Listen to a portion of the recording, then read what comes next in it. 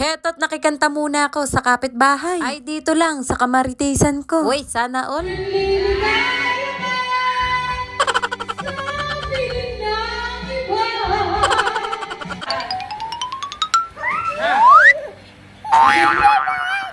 Hindi naman sila ganong kalikot, kapreni. Ay masaya lang ba, lalo na't kumakanta pa ako. Ay si Rui, hindi makapaniwala sa magandang bahay. Busy ako sa pagkanta at busy rin siya sa pagsayaw. Heto't may tinatanong nga ako kung paano yung ganyan, paano yung ganito.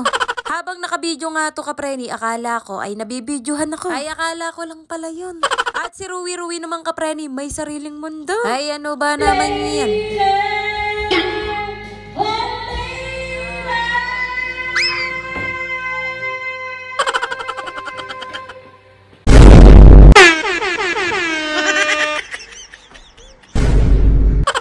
Hindi lang ako nakikanta dito, kapreni, pinagmerienda pa kami. Hindi na rin ako makakakain ng hapunan dahil paggabi na rin. Yung nakipagchismisan ka lang sa kapitbahay pero pag uwi mo, busog ka na. Huwag na lang kayong makipagchismisan kung hindi rin naman kayo mabubusog. Ha! Ang madalas namin pinagchichismisan ay buhay ng ibang tao. Charot! Ano kasi mga kapreni, di ba may anak kaming maliit? Siyempre, pinag-uusapan namin yung ganyan-ganito sa mga bata, mga ganun ba? Tapos kung kailan kami papayat o papayat pa ba kami o may pag-asa pa ba kami?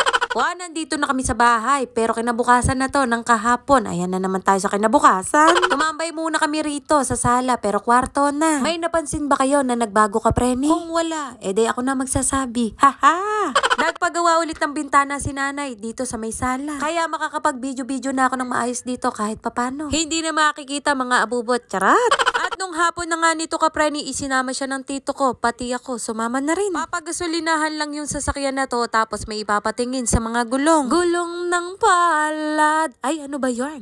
Si Kuya Ken sana ang sasama, wala siya. Ay, obligadong may kasama pang isa para magtingin sa kanya. Sa tuwing matatapat ang tito ko dun sa bahay namin, ay kapag nakita niya si Rui, talagang sinasama niya. Dun lang naman sa kanto, at kapag sa malayo, hindi pwede. Kasi nga, malayo na, kapreni. Ang ano nyo, napaka-ano nyo. Ay pati ako kahit papano nakapaglibot-libot. Ay simula nung umalis ang Daddy Chester, hindi pa ulit ako nakakapaglibot. Gusto ko na nga ulit maglibot kami ng mga anak ko. Grabe naman sa libot, Hanes. Nakailang sabi ng libot. Haha!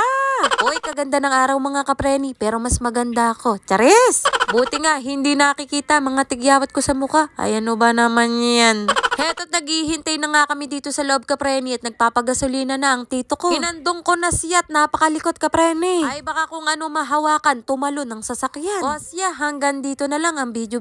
Maraming salamat sa mga nanood. Bye mga kapreni!